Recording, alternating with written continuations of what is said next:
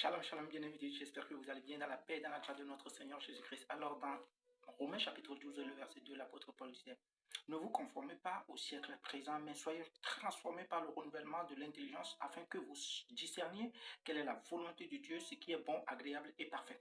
Alors, nous sommes dans un monde qui nous impose de plus en plus une manière de penser, une manière de faire. Et nous voyons de plus en plus comment il y a, excusez-moi le terme, du suivisme, où j'ai presque envie de dire que les gens font des choses juste parce qu'ils voient d'autres le faire. Et euh, loin de moi l'idée de vous insulter ou bien d'insulter qui que ce soit, mais c'est un peu comme on ne réfléchit plus par soi-même et que c'est le monde actuel qui nous impose toute manière de réfléchir, d'agir. Et nous voyons combien de fois on fait des copies-coller sans presque, j'ai envie de dire, sans presque réfléchir.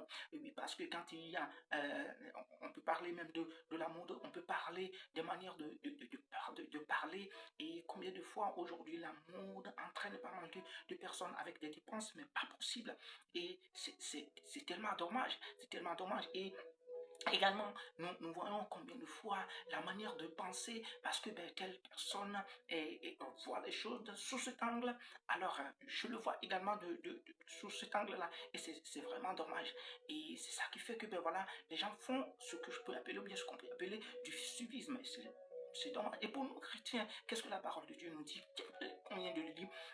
Il ne faudrait pas qu'on se conforme à ce siècle présent, mais qu'on soit renouvelé dans notre intelligence, le renouvellement de notre intelligence, afin qu'on discerne quelle est la volonté de Dieu, ce qui est bon, agréable et parfait, ce qui est la volonté de Dieu, ce que Dieu désire. Et cela, c'est très important également pour nous en tant que parents, parce que nous devons éduquer nos enfants à la lumière de la parole de Dieu, surtout si on est chrétien, à la lumière de la parole de Dieu. Et ça épargne nos dangers, et ça épargne nos enfants, ça met nos enfants à l'abri de pas mal de dangers et de nous-mêmes en tant que parents, parce que nous n'aurons pas à faire des dépenses inutiles, des dépenses, mais vraiment parce que telle personne a fait telle chose pour son enfant, ou bien inscrit son enfant dans telle école, et puis moi aussi je dois le faire parce que, vu, entre guillemets, mon rang social et tout ça.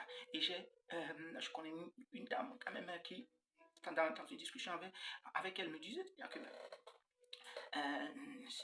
c'est une dame qui, voilà, elle est bien, et, bon, comment dire, c'est une cadre, on va dire. Et elle a inscrit quand même son enfant dans une école, je ne vais pas dire une école, je ne sais pas, ouais, non, mais il y a une de ses collègues qui lui dit, écoute, pourquoi tu n'inscris pas à ton enfant, ta fille, dans telle école prestigieuse, et là où ça coûte mais vraiment très très très cher, vu ton rang. Non, la dame dit, mais non, j'ai pas besoin de faire ça.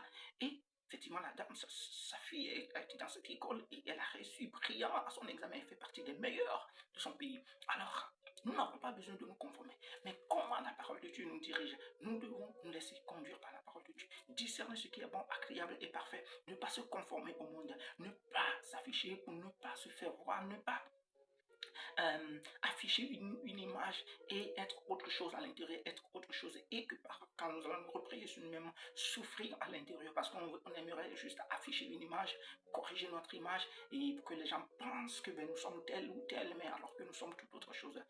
Il faut que nous instruisions nos enfants à la lumière de la parole de Dieu. Tellement important. Et c'est ça qui fera également que nos enfants ne voudront pas suivre n'importe quoi et qui nous fera nous-mêmes dépenser parce que l'enfant peut pleurer que, ah mais tiens maman, mon camarade de classe a tel téléphone, a tel habit et qui coûte tel, alors je dois le lui acheter parce que si je ne le fais pas, mon enfant ne sera pas considéré. Et voilà, c'est tellement important, c'est dommage. Alors que le Saint-Esprit nous permet